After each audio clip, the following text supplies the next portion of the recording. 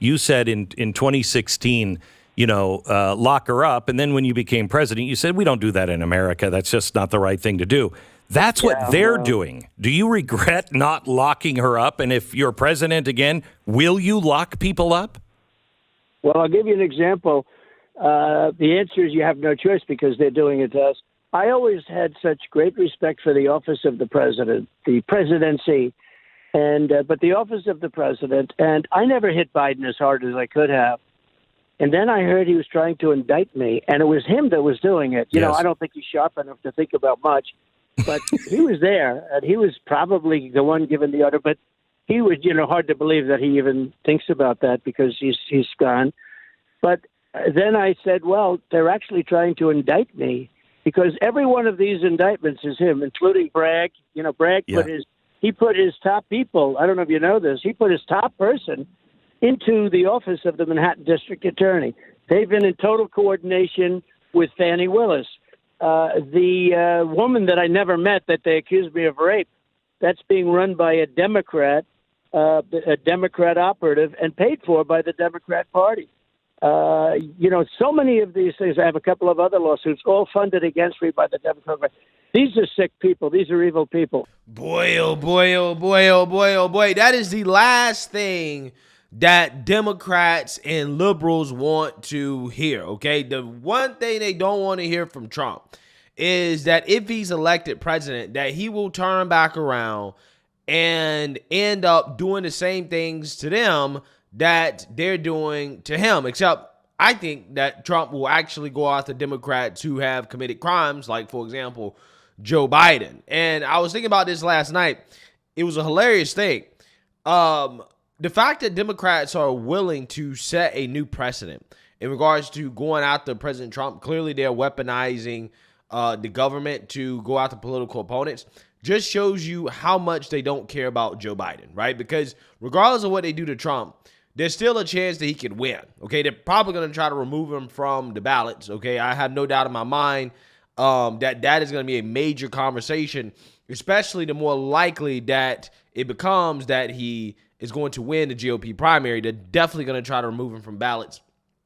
But they know that there's a chance, right? There's a chance that Trump can take back office, right? And if he takes back office, essentially at this point, that means that he's not going to go to jail, right? Regardless of whether or not he's convicted federally or at the state level, he can just ignore the state convictions as president, right? He's just like, you're not going to lock me up. Like, what are you? You're county level prosecutor. You can't lock up the president of the United States. When it comes to the federal charges, he can just pardon himself. Now, again, that may or may not have some legal issues, but again, it will be his DOJ, okay?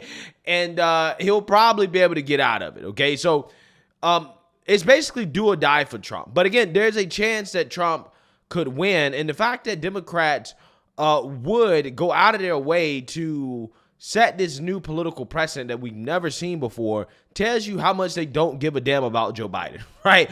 And the fact that it is almost guaranteed that if Trump is elected president, then he probably will end up locking up an 85-year-old nursing home patient in Joe Biden. Again, which at that point would probably be cruel and an unusual punishment. But Democrats don't care, right? They don't care about the possibility of Trump getting revenge and locking up Biden, right? Again, it shows you just how much they don't care about Biden. But one thing I want to show you guys is this clip that really is not shocking if you guys understand the Democrat Party and their hypocrisy. But it is proof that Democrats know exactly what they're doing and that they don't give a damn about breaking the rules in order to grab and maintain power in this country. Because back when Trump was president, these people fearmongered heavily about the Trump administration weaponizing the DOJ to go after political opponents. Now that he's got the right attorney general in position to do it, we now know they really have been trying to gin up criminal prosecutions and criminal investigations into the president's perceived enemies, politically motivated persecution, right? Courtesy of Bill Barr. I'll roll in the FBI on you. That's how banana republics work, right? The home of the 45th president of the United States has been raided by the FBI. Mr. Trump is using the Justice Department to go after his perceived enemies. I feel worried about the prospect of the Justice Department being used as a tool of this president or any. In our little banana republic, any capable prosecutor can get a grand jury to hand down an indictment of something as innocent as a ham sandwich. Today, an indictment was unsealed, charging Donald J. Trump. Breaking news on former President Trump. He's been indicted for the 4th time in 5 months. Bill Barr, on the president's behalf, is weaponizing the Justice Department to go after the president's enemies. When you win an election, you don't seek to just prosecute the losing side. The president using the Justice Department as a weapon to get what he wants. Department of Justice is totally politicized. Sticking the Department of Justice on political opponents, threatening to imprison his political rival, Banana Republic style. Trying to exact revenge against all of his enemies, tin pot dictator in a banana republic. Is acting more like a banana republic dictator. He's using government resources to go after his political opponent. Essentially, we are a banana republic, that we are seeking to have a bogus and criminal investigation into a political opponent. And that's using the Department of Justice to also target Trump's political opponent for nefarious reasons. This is a massive abuse of power and a betrayal of our values. The President of the United States is targeting a family member of a political opponent. This is the type of thing that happens in a banana republic. And trying to take out a political rival in Joe Biden. Criminally investigating an American political rival, someone the president is worried about losing to in the next election. To investigate my principal opponent or a principal opponent in the upcoming election. Houston, we have a problem. Don't you think that's something that should be investigated when the incumbent political party opens a counterintelligence investigation on the candidate of the opposing party? We know Trump is itching to politicize the Justice Department, and the Attorney General has been super shady. The president is weaponizing the Department of Justice to bring cases against his enemies. The Department of Justice is in an existential crisis. Again, it's yet another example of the Justice Department basically losing all of its independence in this administration. This is now about corrupting the next election. And for me, this was crossing the red line. A president who is actively trying to potentially steal the upcoming election. But to try to take out a political rival. The end goal being 2020. Donald Trump and his attorney general are using the Justice Department. The only difference between this and a banana republic is that Trump does not eat fruit. The 2020 election is really the last chance we have to stop our system from fully sliding into a corrupt banana republic. Bill Barr has done everything that Donald Trump has wanted him to do. Yeah. We're living in a banana republic right now. When you start using the Justice Department to go after your enemies, that's very, very dangerous. Donald Trump is using the Department of Justice to go after his enemies in any way that he can. Yeah, so you seen that, you heard that. You have Democrats in the mainstream liberal media boo-hoo, whining, and crying for basically 4 years straight at the prospect of Trump weaponizing the DOJ to go after political opponents. Now, fast forward to 2023, where you have Biden in charge and clearly weaponizing the DOJ to go after political opponents.